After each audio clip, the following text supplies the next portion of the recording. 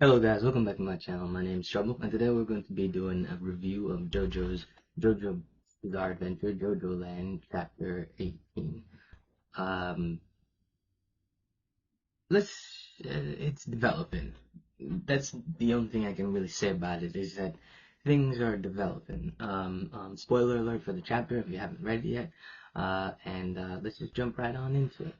Okay, so the chapter opens up exactly where we left off on chapter 17, which is the gang getting attacked by Bobby Jean's stand. It seems to be okay. We get into it later, but we don't. But we see small snippets of it. But afterwards, we cut to Bobby Jean and Lulu in a waiting room, sitting in the waiting room. Lulu asks Bobby Jean to be if he would like to adopt her because she loves him and she would like to be a part of his family. And we get a little bit of backstory here is that Bobby Jean has three kids and a wife, and Lulu is doesn't have any parents, which means that she's an orphan. Um, and we get a little bit of development on our antagonist here, and we can only hope and wait to see where this goes. Like I said, it's just a little bit of insight. And given how it develops currently right here, Iraq could really take it anywhere. He could end up turning them into allies, good guys, especially seeing that they're trying to rob $50 billion, and Lulu doesn't have any parents. Maybe she gets in on it. We don't really know. Bobby Jean has three kids. Maybe they're gonna get in on it, get some of that 50 billion. Who knows, right? So from this point on, this little bit of backstory and development that we get, it has a lot of potential to just be or become anything that Iraqi would want it to be. So we're just gonna have to wait and see. Yeah, but Bobby Jean then tells Lulu what I just told you. He has three kids, and Bobby Jean also tells Lulu that she's very spoiled, and he only bought her the stuff that she was asking that she would that she wanted earlier because they were working together, and if that was one of his three kids, he would have given them a nice ass whooping for behaving so badly. This actually shocks Lulu, and she starts to crying, and Bobby Jean comforts her. Um, and then they start talking, then they get into talking about the gang, and we see that they're actually searching and looking up, I don't know, searching the web about the people that they're pursuing, and one of the guys that they figured out about is Paco. We learn that they figure out that Paco is 19 years old and he had a dishonorable discharge from the military. So Paco had military service, and we're gonna see that coming up. We then cut back to the gang, and we see the gang are getting hit by the bullets, and the bullets are moving extremely slow, like super slow. That's how Iraqi puts it. But eventually, they all use their stand and their abilities to dodge or get out of the attack. They start speculating as to what the hell just happened and try to figure out where the attack came from because they didn't see anyone or anything, and they're looking around and they're trying to decipher. And this is where we see Paco's military service, where Paco says it wasn't a rifle, and he also gets into the fact that the attacker used a silencer, which is why they didn't hear the bullets. And they also speculate, and once again, yeah, there's a lot of speculation, is that the hacker or the stand user can actually control the speed of the bullets, and that's why the bullets are moving so slow.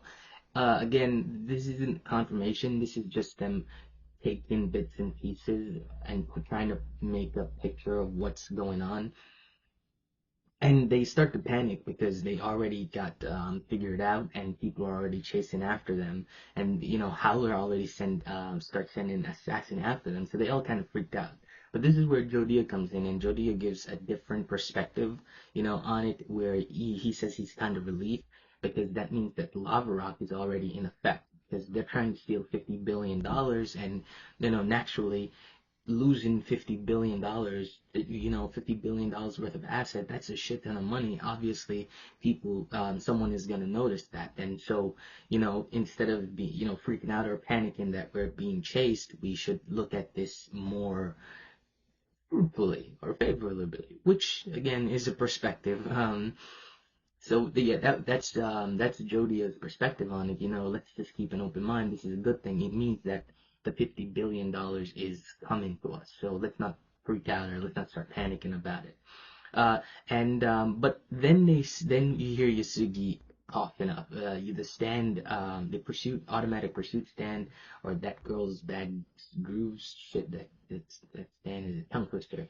Um, is still attacking Yusugi, and he's in the MRI machine, kicking and talking uh, uh, into in tongues, or just talking into rhythm. He's not really making any sense. Like they go over to help him, and I think he says, "A kind dude, a kind kindred dude," something like that.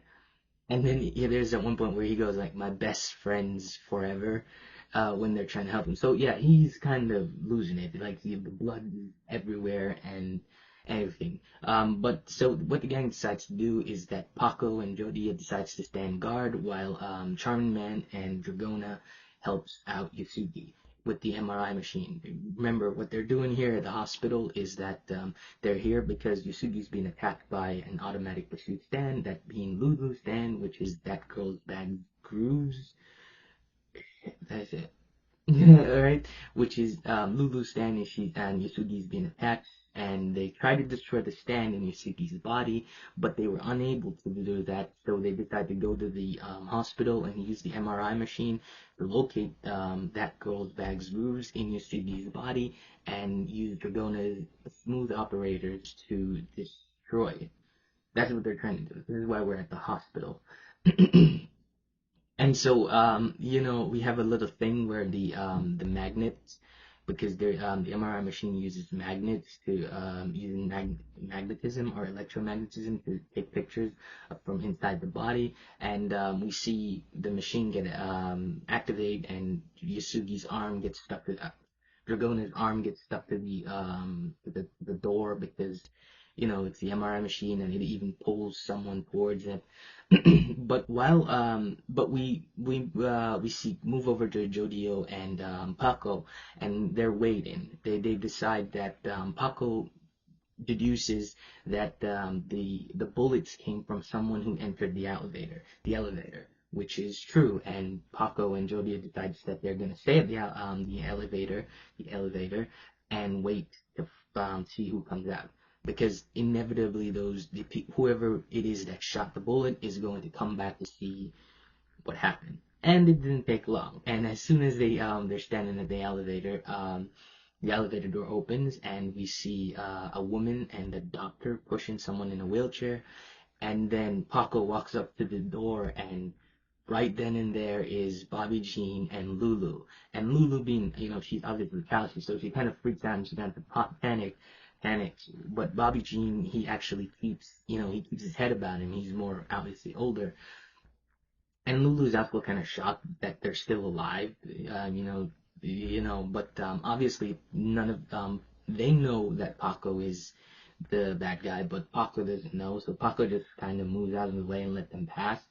And Bobby Jean decides that Bobby Jean kind of rationalized what happened. He realized that they somehow managed to evade his bullets, and he decides to do something else, which is to take them out slowly and carefully, one by one. And then he fires, once again, he attacks Paco while Paco is walking around looking.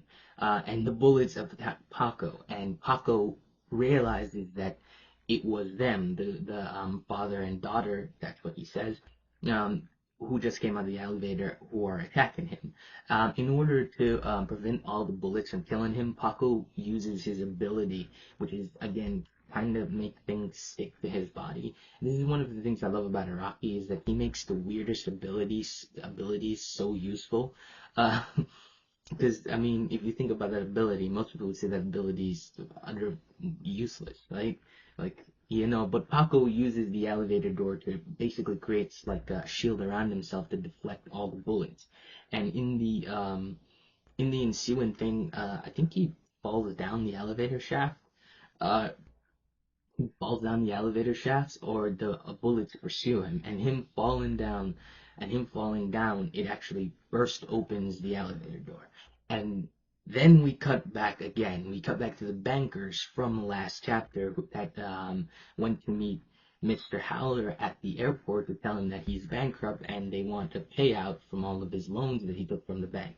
One of the bankers is here because he's having troubles with his stomach, and because of what just happened with Paco falling down the elevator shaft or the door, one of the bullets went with him. And because the door burst open, one of the stray bullets hits the banker in the head and kills him. And he had a bunch of paperwork and a bunch of files there with him. So once again, this is the lava rock in effect. And that's where the chapter ends. Like I said at the beginning of this video, is that everything is just at this point development. We're in a development stage, and I'm hooked. I'm drawn in. I'm obviously drawn in, because I don't know what to say, because it's like I said, it's just development. It's just a story development. It's great development. I'm not lacking it or anything, but I just want to see more. I want to see where this goes. That's where I'm at. I'm in a point of like anticipation, right?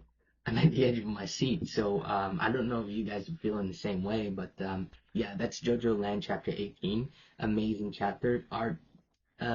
It's Iraqi. He puts a lot of effort into all of this. Well written artwork, well paced, all of it. Um, Amazing, and it's very interesting development. I love the development. And and one of the things, one of what I'm really interested in is the lava rock, because the lava rock is at play. Because I mean, yes, you have the whole fights going on, but you have to remember, this is what, when I was reading the chapter, this is something that, because I wasn't really paying attention to this, I was so kind of drawn into the whole action and fight. The lava rock is at play, and now I'm just really anticipating as of how this is gonna play out. Is everything happening in the lava rock? How is the actions that everybody is currently here taking, all of the actions? How is that going to affect? How is the lava rock going to affect this? Because all of this is lava rock, and yeah, and so I'm just really excited. I love the development. I can't, I don't even know how to speculate, because I don't really know how. I can't even tell you how this is gonna end, because we'll just have to wait and see until the next chapter to see the development of it. But again, this was an amazing chapter. You should definitely check it out. And thank you guys for watching, and I'll see you in the next one. Bye bye.